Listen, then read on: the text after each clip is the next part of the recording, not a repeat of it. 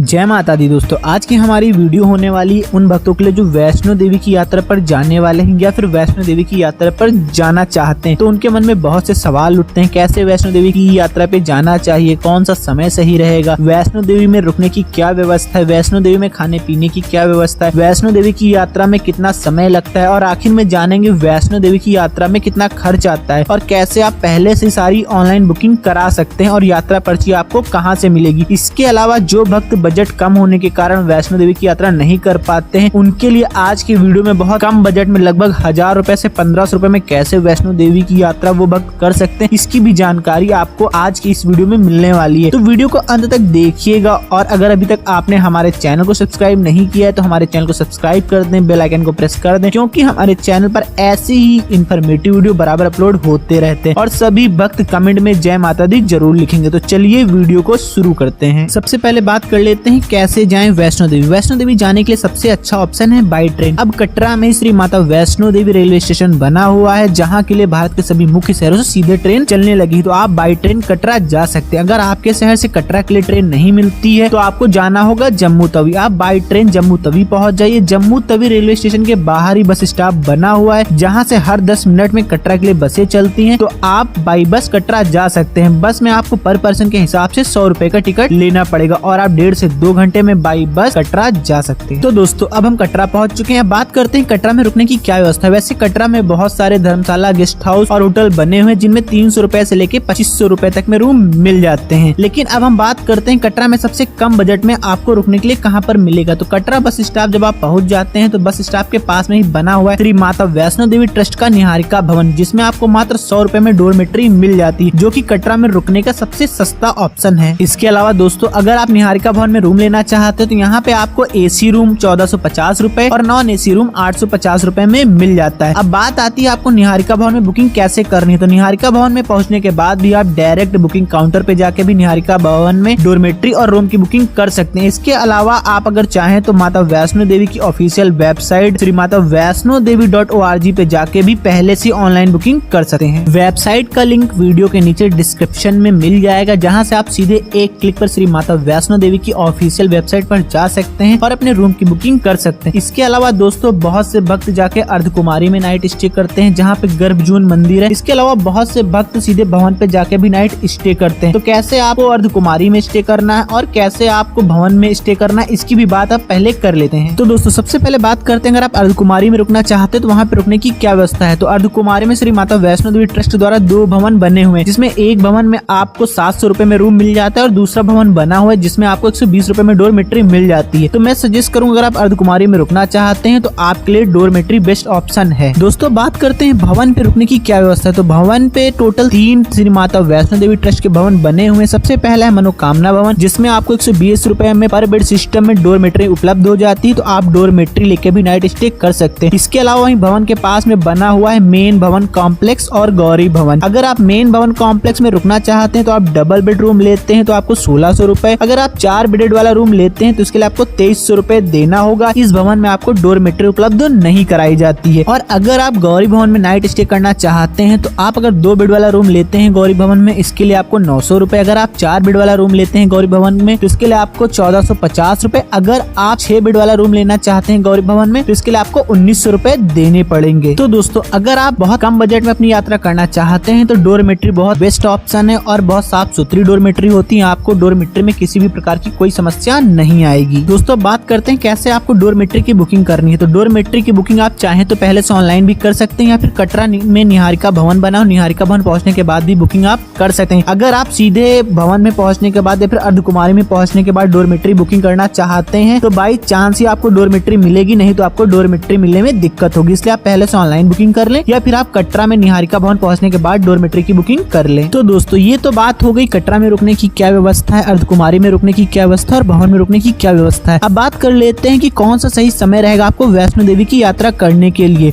तो साल में 2 बार नवरात्रि पड़ती है, तो इन 2 नवरात्रि पे आपको वैष्णो देवी की यात्रा से बचना चाहिए, क्योंकि इस समय यहाँ पे बहुत ज्यादा भीड़ होती है और मानसून के समय में यहाँ बरसात होती है, तो आप मानसून के समय भी वैष्णो देवी की यात्रा करने से बचना चाहिए। इसके अलावा आप साल भर वैष्णो देवी की यात्रा कर सकते हैं, आपको कोई प्रॉब्लम नहीं होगी। अगर सबसे अच्छे समय की बात करूँ तो अक्टूबर, नवंबर, दिसंबर, जनवरी के बीच में अगर आप अपनी यात्रा प्लान करते हैं वैष्णो देवी की। इस समय वैष्णो देवी यात्रा पे बहुत कम श्रद्धालु आते हैं, इसमें आपको काफी आसानी होगी। दोस्तों बात कर लेते हैं वैष्णो देवी में खाने पीने की क्या व्यवस्था है। तो वैष्णो देवी में बहुत सारे होटल बने हुए हैं जिनमें आपको थाल सिस्टम देखने को मिल जाता है। 50 रुपए से लेके 80 रुपए में थाल सिस्टम मिलता है, जिसमें आपको भरपेट खाना मिल जाता है। अगर सुबह से लेके रात तक खाने की बजट की बात करो तो 150-200 रुपए का खर्च आने वाला है पर पर्सन के हिसाब से खाने पे। तो दोस्तों अब बात कर लेते हैं कैसे आपको वैष्णो देवी मंदिर में जाके दर्शन करना है। अगर आप शाम तक कटरा पहुंचते हैं तो रात में नाइट स्टे आप कटरा में ही कर लीजिए और सुबह सुबह जल्दी उठ के अपनी पैदल यात्रा की शुरुआत कर दीजिए। लेकिन यात्रा करने से पहले आपको यात्रा का अपनी रजिस्ट्रेशन कराना होता है, जिसके लिए कटरा बस स्टॉप पे ही यात्रा काउंटर रजिस्ट्रेशन बना हुआ है, जिसमें आप अपना रजिस्ट्रेशन करा सकते हैं। रजिस्ट्रेशन कराने के बाद आपको बाण गंगा चेक पोस्ट 4 घंटे के अंदर पार करनी होती है। बाण गंगा चेक पोस्ट आप पैदल भी जा सकते हैं और अगर आप चाहें तो कटरा बस स्टॉप से ही ऑटो चलते हैं जो 20 रुपए पर पर्सन के हिसाब से लेते हैं और आपको बाण गंगा चेक पोस्ट तक छोड़ देते हैं। बाण गंगा चेक पोस्ट पे आपके पूरे सामान की चेकिंग होती है, आपकी चेकिंग होती है और आपके साथ जो यात्रा पर्ची आपको दी जाती है उसको स्कैन किया जाता है। इसके बाद यहाँ से 12 किलोमीटर की पैदल यात्रा की शुरुआत होती है। और अगर आप पैदल चलने में असमर्थ हैं या आपके साथ कोई बुजुर्ग है तो यहीं से आपको पिठू पालकी की सुविधा भी उपलब्ध कराई जाती है। अगर आप पिठू से अर्धकुमारी तक जाना चाहते हैं तो इसके लिए आपको 600 रुपए, अगर आप पिठू से सीधे भवन तक जाना चाहते हैं तो इसके लिए आपको 1100 रुपए का चार्ज देना पड़ेगा। और दोस्तों अगर आप पालकी से जाना चाहते हैं तो इसके लिए आपको 5000 रुपए के आसपास का चार्ज देना पड़ेगा। तो दोस्तों अब हम बात करते हैं अपने सबसे सस्ते ऑप्शन मतलब पैदल ट्रैकिंग करते हुए भवन तक जाने के लिए। तो जैसे ही आप बाण गंगा चेक पोस्ट पार करते हैं, थोड़ा सा आगे बढ़ते हैं तो यहीं पे गुलशन कुमार जी का भंडारा चलता है। यहाँ पे आप जाके माता वैष्णो देवी का प्रसाद ले सकते हैं और यहीं से 2 रास्ते हो जाते हैं। एक नया रास्ता बन गया जिसे नया ताराकोट मार्ग कहते हैं और एक वही पुराना रास्ता है जिसपे आपको चरण पादुका और अर्धकुमारी के दर्शन होते हैं, आप भवन तक पहुंचते हैं। जो ताराकोट का मार्ग है वो भी आपको अर्धकुमारी पे ही जाके निकालता है। लेकिन जो ताराकोट का मार्ग है ये 2 किलोमीटर लंबा है। इसमें आपका एक फायदा एक नुकसान है। फायदा आपका ये है कि इस रास्ते पे सिर्फ पैदल यात्री को जाने दिया जाता है और जो पुराना रास्ता है इस पे पालकी घोड़ा खच्चर भी चलते रहते हैं। तो मैं सजेस्ट करूंगा आप पुराने रास्ते से अपना पैदल सफर करें, क्योंकि अगर आप पुराने रास्ते से जाएंगे तो आपको 2 किलोमीटर का सफर कम तय करना होगा। अगर आप नए ताराकोट मार्ग से जाते हैं तो उसके लिए आपको 2 किलोमीटर ज्यादा ट्रैकिंग करनी पड़ेगी।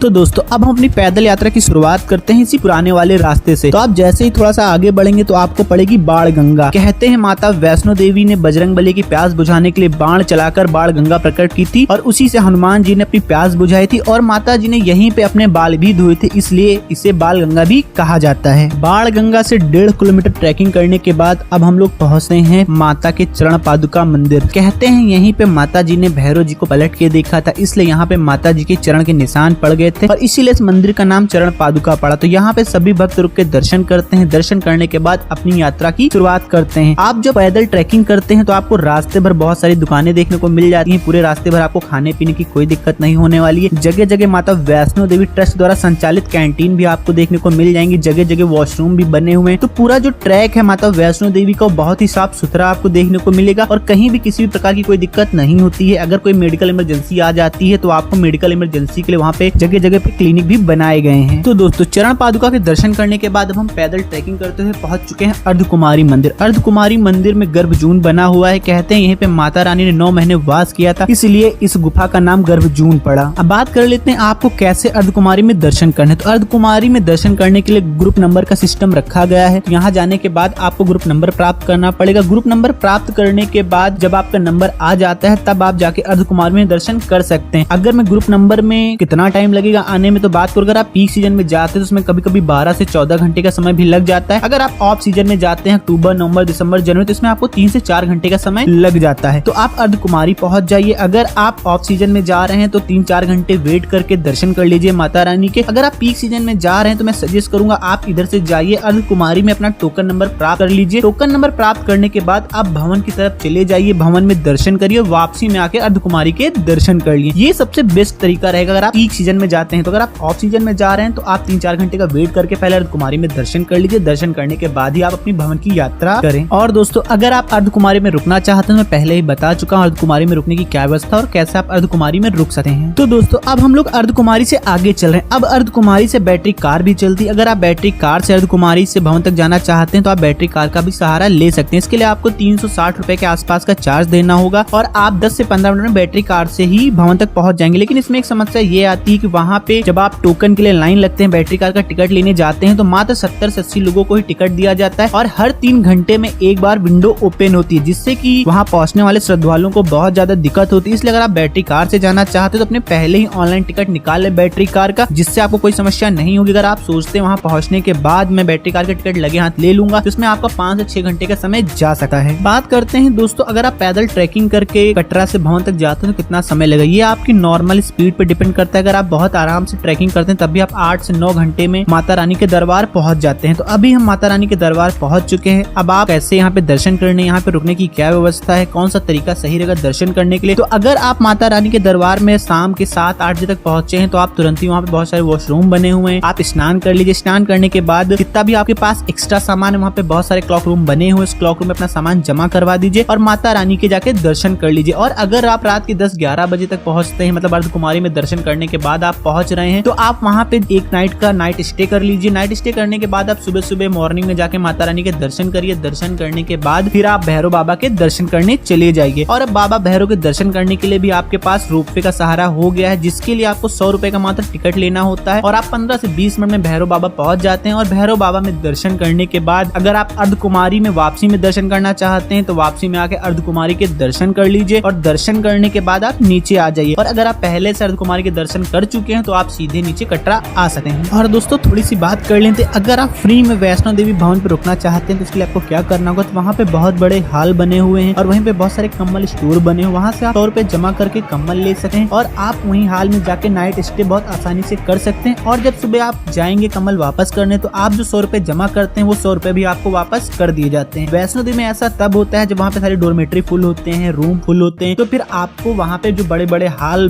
बने हुए हैं तो फिर आप वहाँ पे जाके भी नाइट स्टे कर सकते हैं। तो दोस्तों जब आप वैष्णो देवी की यात्रा पे जाते हैं तो एक नाइट का स्टे या तो आप अर्धकुमारी में बना लीजिए फिर भवन में बना लीजिए, ये आपके लिए सबसे अच्छा तरीका होगा माता रानी के दर्शन करने के लिए। अब बात करते हैं कितना खर्च आएगा, तो मैंने आपसे कहा था कि सबसे कम बजट में बताऊंगा। तो अगर आप बॉयज एंड लड़के हैं, ग्रुप में जा रहे हैं तो आप डोरमेट्री का सहारा लीजिए। आप अगर 3 नाइट का स्टे भी करते हैं तो मात्र 400 रुपए के आसपास में आपका रहने का खर्च हो जाएगा और खाने का खर्च की बात करें तो 450 रुपए के आसपास का खर्च खाने पे आएगा। और अदर खर्च भी अगर हम 500 मान लेते हैं तो लगभग 1500 रुपए में आप वैष्णो देवी की यात्रा बहुत आसानी से कर सकते हैं। और दोस्तों आप वैष्णो देवी की यात्रा करने के बाद जा सकते हैं शिवखोड़ी की यात्रा। अगर आपने अभी तक हमारी शिवखोड़ी यात्रा का वीडियो नहीं देखा है तो आई बटन में जाके शिवखोड़ी यात्रा का वीडियो देख सकते हैं। और आज की वीडियो में बस इतना ही। कैसा लगा आज का हमारा ये वीडियो कमेंट में बताया जरूर। और अगर अभी तक आपने हमारे चैनल को सब्सक्राइब नहीं किया तो हमारे चैनल को सब्सक्राइब कर दें, बेल आइकन को प्रेस कर दें, क्योंकि हमारे चैनल पर ऐसी ही यात्रा से जुड़े हुए इन्फॉर्मेटिव वीडियो बराबर अपलोड होते रहते हैं। और सभी भक्त कमेंट में जय माता दी जरूर लिखेंगे। मिलते हैं आपसे नेक्स्ट वीडियो में, तब तक के लिए जय माता दी। Subscribe now and press the bell icon. Never miss an update.